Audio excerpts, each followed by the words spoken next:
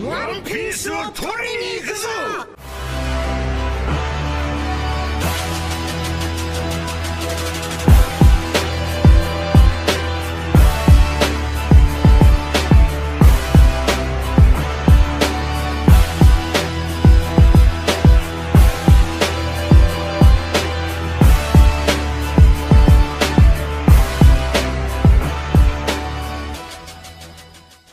Salut les pirates, on se retrouve aujourd'hui pour la lecture du chapitre 1041 de One Piece. Est-ce que vous êtes prêts? Moi je suis prêt et je suis à fond. Donc prenez votre popcorn, allumez la télé, mettez le volume à fond et on se retrouve à la première page.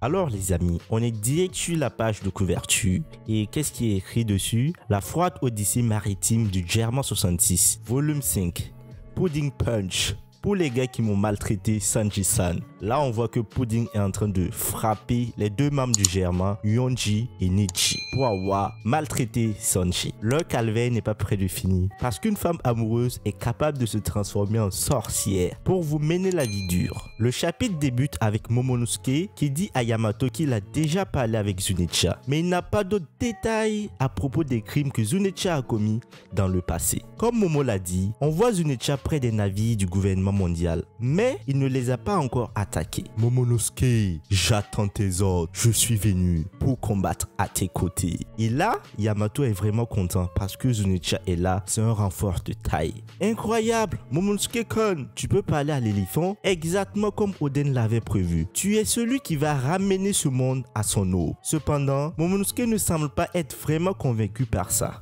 Après avoir lu le journal de mon père, je sais que je ne mourrai absolument pas. Mais les pages les plus importantes dans le journal ont été arrachées par les mémèmes de mon père. Qu'ont-ils vu? Mon père et Roger pourris sur l'île finale. Je n'ai aucune idée de quels sont leurs véritables buts. Père n'a pas prédit le futur, même s'il était ici aujourd'hui. Aurait-il encore voulu ouvrir les frontières de ce pays? Je suis stupide. Je sens que je n'aurais pas envie d'ouvrir Wano Kuni si cela veut dire mettre des gens en danger. Suis-je un lâche?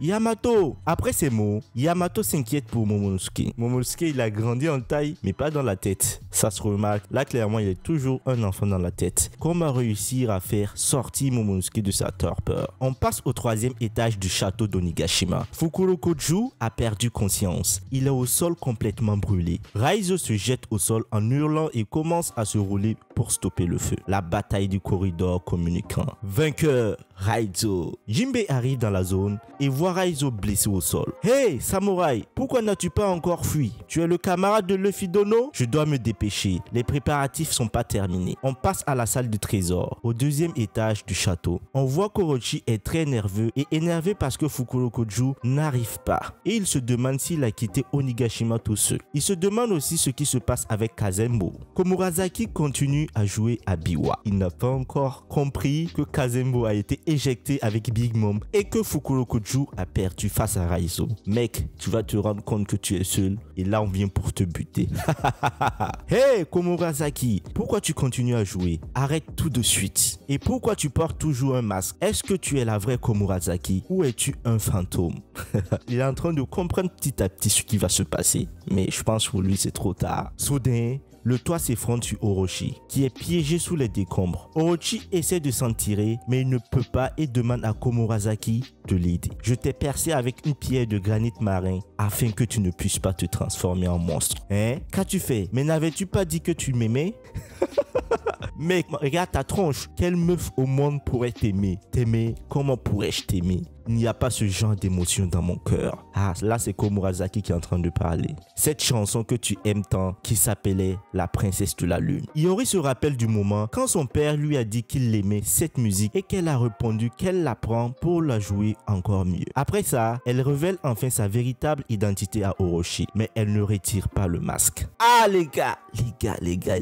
Là, moi je suis choqué. Si elle ne retire pas son masque, c'est qu'il y a anguille sous roche. Est-ce que c'est vraiment Komurasaki? Murasaki? Est-ce que c'est vraiment Iori? Ne serait-ce pas Toki? Parce que là, qu'est-ce qui l'empêche d'enlever son masque? On sait tout ce qui c'est Iori. Mais Toki, c'est possible que ce soit Toki. Ce serait un vrai foreshadowing de Oda de faire ça. On passe au sous-sol du château. Izo et l'agent du CP0 avec le masque se sont attaqués au même moment. Izo lui tire dessus au niveau du torse et l'agent utilise le Shigan contre Izo. Ils tombent tous les deux au sol, gravement blessés. Le boss du CP0 est assis au sol. Il semble qu'il est blessé aussi, mais pas autant que son partenaire. Là, clairement, Izo a réussi à blesser le boss du CP0 et a réussi à mettre KO un autre gars. J'ai l'impression qu'on avait trop teasé la force des mecs. Parce que là, franchement, c'est vrai que Izo, il est fort, oui, c'est elle. Je sais même pas si c'est un mec ou une meuf, mais ça reste qu'un commandant. Même pas le deuxième commandant. Moi, je pensais que les mecs du CP0, carrément, ils étaient au niveau du second. Et là, on découvre le nom de l'autre mec du CP0. Il s'appelle Maha. Je sais pas à quoi ça fait référence, mais ça me dit rien. Si ça vous dit quelque chose, je vous attends en commentaire. Le boss du CP0 s'approche de son partenaire pendant qu'il se lamente. Pourquoi les vestiges de l'équipage de Barre Blanche aident ce gosse? Soudain, le Dendenmochi du boss du CP0 commence à sonner. Écoutez attentivement, j'ai un nouvel ordre du Gorosei. Luffy au chapeau de paille doit être éliminé immédiatement. Le boss du CP0 est choqué. De quoi parlez-vous? Mugiwara est en train d'affronter Kaido. Vous voulez que je me mette en travers d'un combat de Kaido? C'est impossible. Ah là, il a peur et il a raison. S'il part s'immiscer dans un combat de Kaido, il va énerver Kaido et Kaido risque de le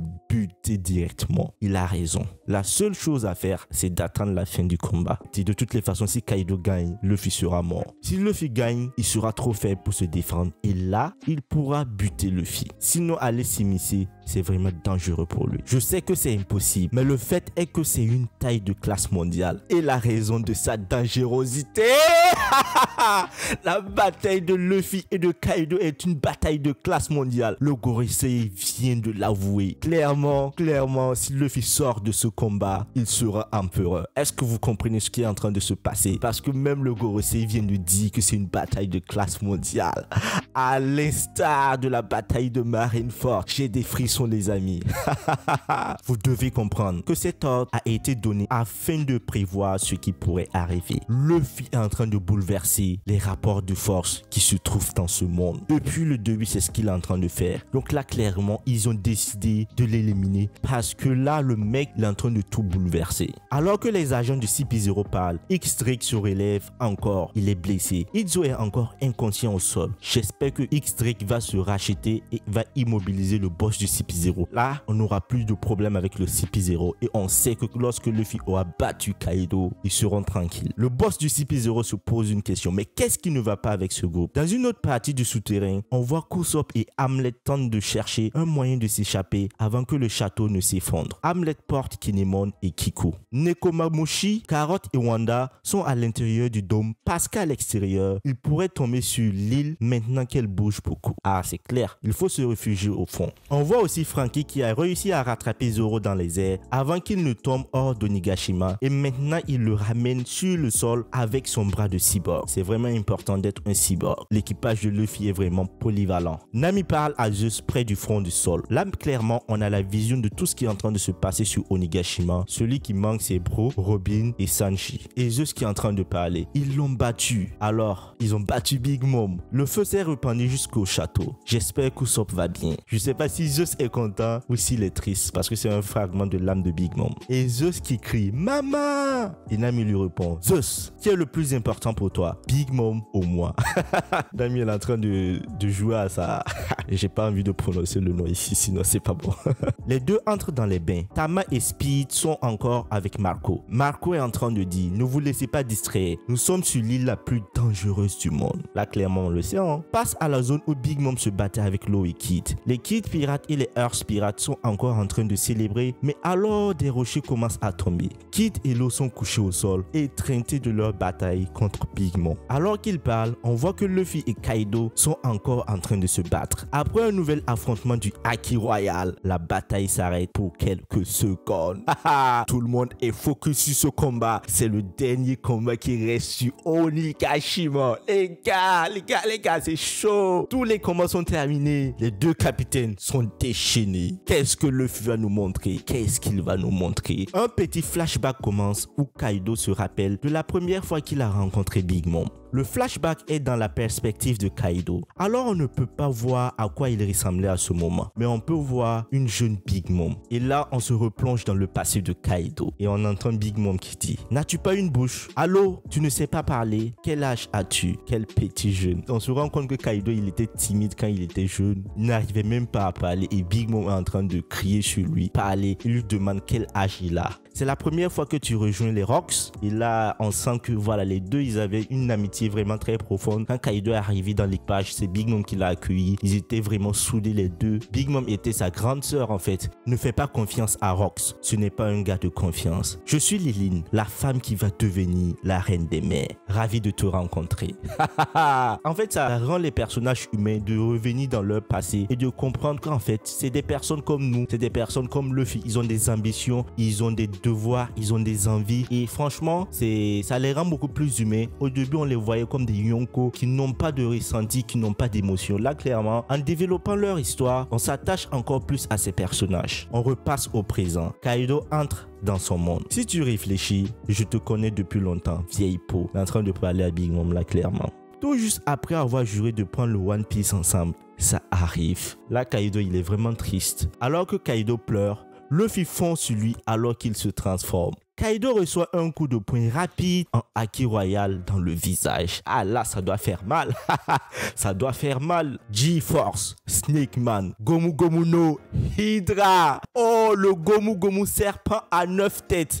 Oh là, j'ai envie de me lever et de courir parce que ce que je suis en train de voir là, j'ai envie que vous voyez la même chose avec moi. Luffy se transforme en hydre, un peu comme Orochi, mais c'est démentiel les amis. Dans une double page, Luffy utilise une nouvelle attaque qui frappe Kaido avec plusieurs jets Culverine en une seule fois avec du haki royal. C'est quoi cette transformation de malade mental? Ouais Luffy, tu vas nous sortir un truc mais démentiel. Je me fiche de tes ambitions, spécialement quand elles font mourir de faim les gens dans ce pays. Ouais, on connaît notre futur roi des pirates. Clairement, ce que tu veux, je m'en fiche de ça. T'as des ambitions, on a tous des ambitions. Mais tes ambitions ne doivent pas amener les gens à mourir de faim. Là, clairement, Luffy a clarifié les choses. C'est mon dernier G-Force. Je t'attaquerai jusqu'à ce que je n'ai plus de force. Allah.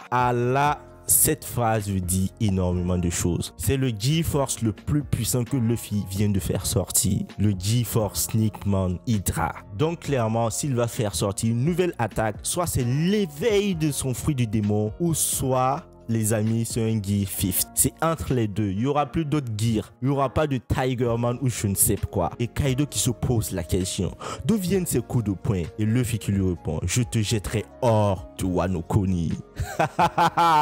Les gars, est-ce que la température a augmenté chez vous? Parce que chez moi, il fait plus 50 degrés. Là, clairement, je suis à chaud. Là, clairement, j'ai enlevé mon t-shirt. J'ai tellement chaud, je suis en train de suer. En faisant cette lecture du chapitre, oh, il me faut que je boive un peu d'eau. Parce que là, franchement, les amis, franchement, je n'en reviens pas de ce qui vient de se passer. Ce chapitre, il était démentiel, il était monstrueux. J'ai hâte de voir cela en anime. J'ai hâte de voir le Gear Force, Snake Man, Hydra en anime. À quoi ça va ressembler? Vous savez ce que c'est qu'une hydre? Elle est puissante, elle est capable de se régénérer. Elle ne peut pas se faire battre aussi facilement. Prenez soin de vous. N'oubliez pas de vous abonner et de liker. Quant à moi, je vous souhaite bonne journée. Peace.